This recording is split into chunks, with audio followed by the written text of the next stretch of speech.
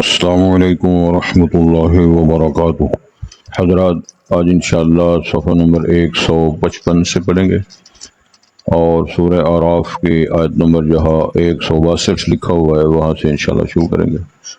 اور اگست کی آج 18 تاریخ ہے 2024۔ اعوذ باللہ من الشیطان الرجیم، بسم اللہ الرحمن الرحیم۔ واسألهم عن القرية التي كانت حاضرة البحر إذ يعدون في السبت إذ تأتيهم حيتانهم يوم سبتهم شرعا ويوم لا يسبتون لا تأتيهم كذلك نبلوهم بما كانوا يفسقون وإذ قالت أمة منهم لم تعظون قوما الله مهلكهم أو معذبهم عذابا شديدا قالوا معذرة إلى ربكم ولعلهم يتقون فلما نسوا ما ذكروا به أنجينا الذين ينهون عن السوء وأخذنا الذين ظلموا بعذاب بئيس بما كانوا يفسقون فلما عتوا عما نهوا عنه قلنا لهم كونوا قردة خاسئين۔ حضرات پہلے الفاظ پر غور فرمائیں۔ ارشاد ہوتا ہے وَاسْأَلْهُمْ، اے نبی محترم صلی اللہ علیہ وسلم آپ ان سے پوچھیں، یعنی قوم یہود سے آپ سوال کریں، عن القریۃ التی کانت حاضرۃ البحر، اس بستی کے بارے میں کہ جو سمندر کے بحر کے ساحل پہ یعنی اس کے قریب تھی، اذ یعدون فی السبت، جب کہ وہ زیادتی کرتے حدوں سے نکلتے اس ہفتے کے دن، اذ تأتیہم حیتانہم، جب ان کے پاس آتی مچھلیاں، یوم سبتہم، جس دن ان کا ہفتے کا دن ہوتا، شرعا یعنی پانی کے اوپر تیرتی ہوئی اور اچھلتی ہوئی ان کو نظر آتی ہیں، ویوم لا یسبتون، اور جب وہ ہفتے کا روز نہ ہوتا،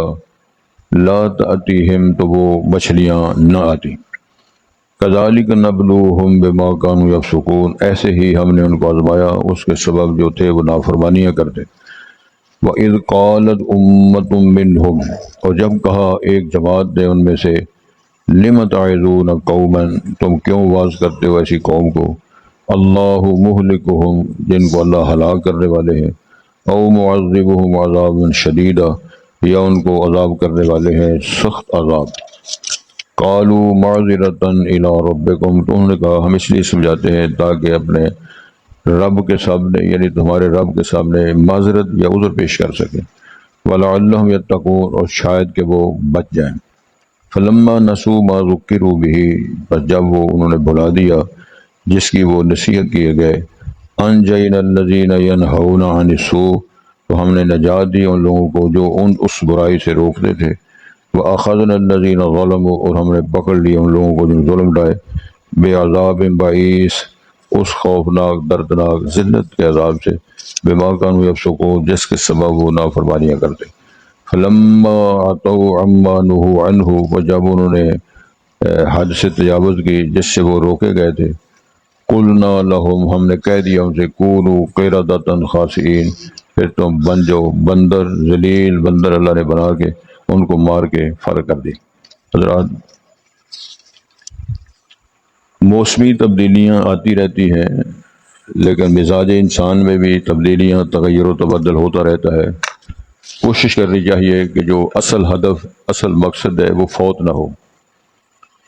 مقصد فوت ہونے کی مراد یہ ہے کہ اللہ کے گھر میں آئے ہیں، نماز پڑھنی ہے، ذکر کرنا ہے،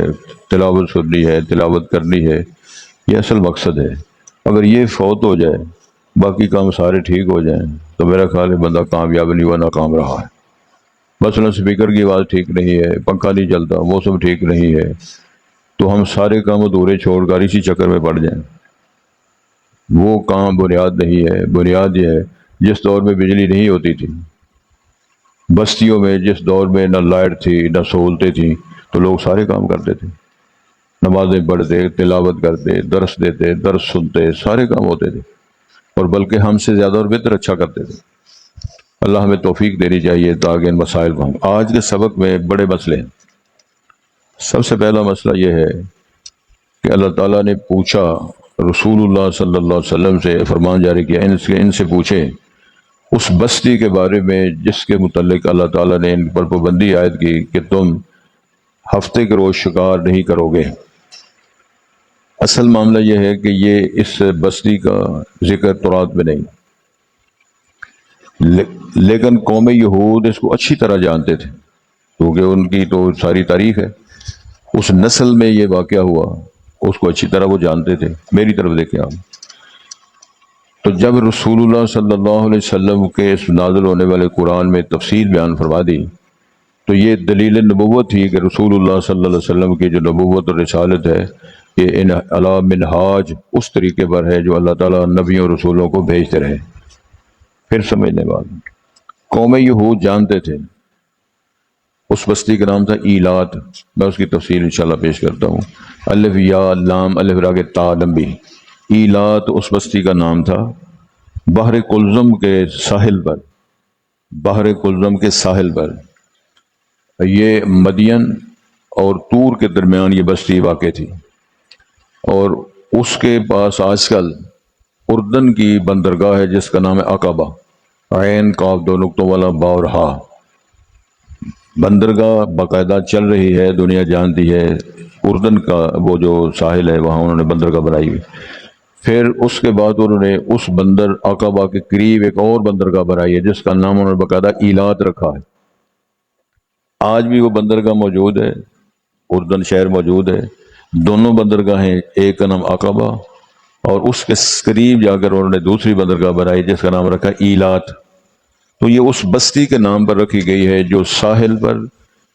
بحر کلزم کے ساحل پر واقع ایلات جو بستی تھی، جن کے رہنے والوں پر یہ پابندی عائد کی گئی کہ تم نے ہفتے کے روز مچھلی کا شکار نہیں کرنا۔ اس کی تفصیل تورات میں نہ تھی، قوم یہود اچھی طرح جانتے تھے کہ جب رسول اللہ صلی اللہ علیہ وسلم کو یہ وحی فرمائی گئی کہ ان سے پوچھو، تو پھر ظاہر ہے ان کی تو آنکھیں کھلی کی کھلی رہ گئی، کیونکہ رسول پاک کو رسول نہیں مانتے، قرآن کو اللہ کی کتاب نہیں مانتے، سید الانبیاء صلی اللہ ایمان نہیں رکھتے، آپ پر آنے والی تعلیمات کو وہ ہیرا پھیری کہتے ہیں۔ یہ سارے الزامات کے باوجود جب یہ قرآن کے